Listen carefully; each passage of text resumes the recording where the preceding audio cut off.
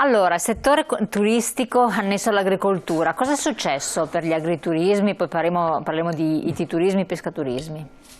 Una normativa di carattere regionale, nazionale, cosa c'è? Cosa possiamo raccontare? Beh, diciamo che lì, allora partiamo dalle origini, è circa 3 anni che noi abbiamo chiesto la modifica della legge sugli agriturismi e assieme alla Regione Veneto abbiamo lavorato per ottenere un adeguamento a quelle che sono la maggior parte delle leggi sugli agriturismi a livello nazionale, quindi pensando più che altro anche a territori a forte vocazione turistica come la Lombardia, come l'Emilia Romagna. Siamo arrivati molto vicini a risolvere insomma la questione. A un certo punto c'è stato uno stop legato ad una contrapposizione che è nata tra quelli che sono i ristoratori classici, gli alberghi, i ristoranti che hanno una tassazione per non addetti ai lavori. Ma in realtà anche qui va sfatato. La tassazione che noi abbiamo è una tassazione forfettaria, quindi questo che è data sulla parte agrituristica, poi c'è tutta la parte di tassazione agricola per quanto riguarda l'approvvigionamento dei prodotti. Però quello che i consumatori e i nostri telespettatori devono sapere è questo, è una, come posso dire, è una guerra sterile, perché parliamo di 1400 agriturismi su tutto il territorio veneto, abbiamo una capienza di 60 milioni di visitatori all'anno.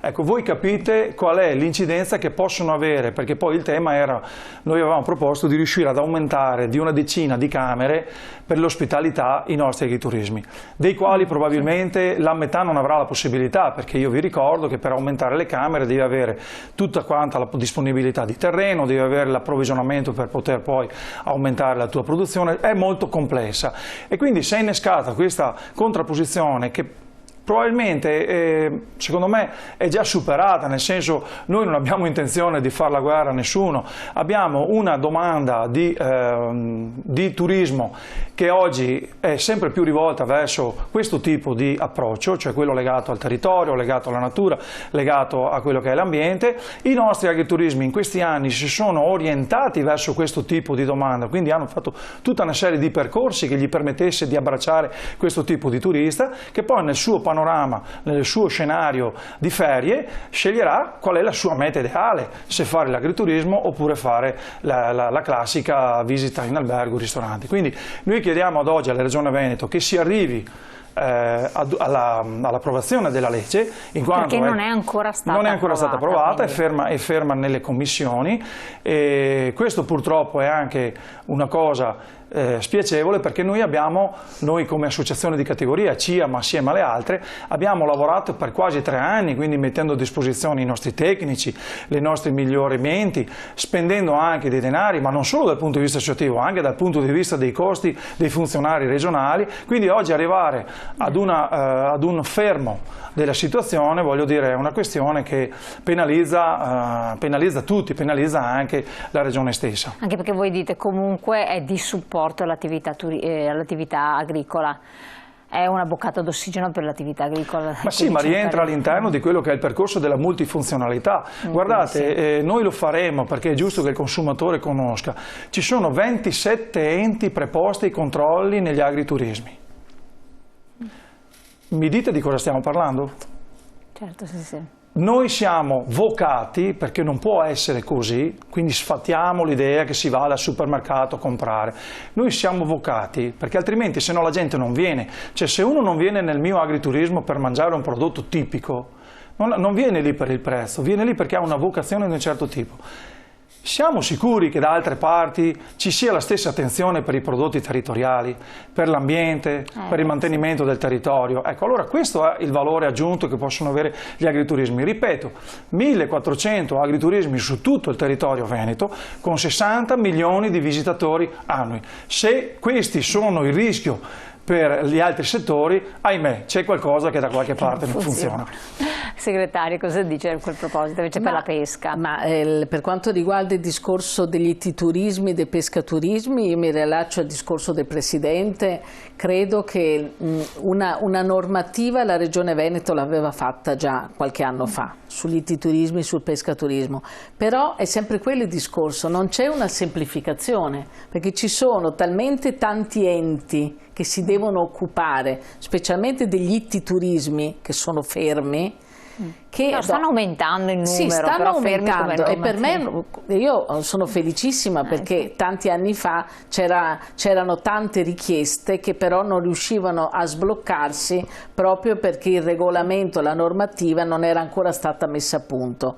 Ma una cosa importante oggi anche per i giovani è il pescaturismo, cioè un ragazzo che si trova magari il peschereccio, la barca già in casa, che non deve acquistarla, decide di cambiare mestiere, non più di fare il pescatore, ma di usare la barca per fare pescaturismo e diventa un incentivo appunto turistico in una regione come il Veneto, dove appunto le presenze sono milioni e milioni, come diceva il Presidente, e si dà lavoro utilizzando già una struttura, un bene che si ha già in casa. Infatti, questo secondo me è una cosa importante. Poi ho visto che il pescaturismo, le varie imbarcazioni vocate al pescaturismo che conosco lavorano tantissimo. Sì, ma infatti. Ed è una cosa molto bella, molto interessante. Con il prodotto italiano di grano, quanto riusciamo a coprire del fabbisogno interno? Allora, se parliamo di grano tenero è una cosa, oppure grano duro un'altra. Noi comunque con il prodotto, noi non abbiamo un approvvigionamento totale che ci permetta di soddisfare tutta la parte del trasformato. Se pensiamo al grano duro, alla pasta, c'è tutta la parte del centro-basso Italia che ha un buon approvvigionamento, soprattutto per il grano duro e la pasta italiana. Poi per il resto la pasta più, diciamo, convenzionale viene importato dai paesi come il Canada e altri paesi. Comunque diciamo che noi, rispetto, se la domanda era riferita più al tema Ucraina, noi non abbiamo grandissimi problemi rispetto all'Ucraina per quanto riguarda il grano tenero, perché l'Europa dovrebbe essere addirittura autosufficiente, se non anche esportare in termini di volumi per quanto riguarda il grano tenero.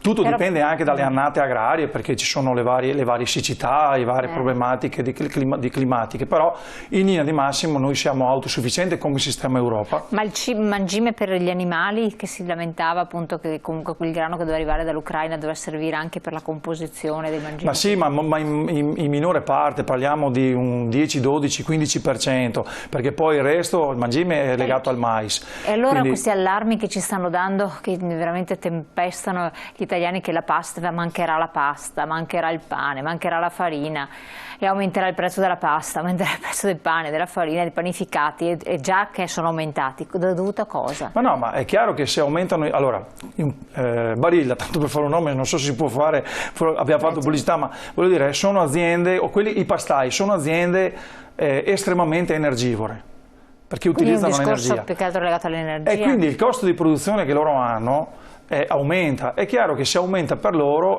poi in qualche maniera lo devono recuperare, quindi aumentano il prodotto sullo scaffale.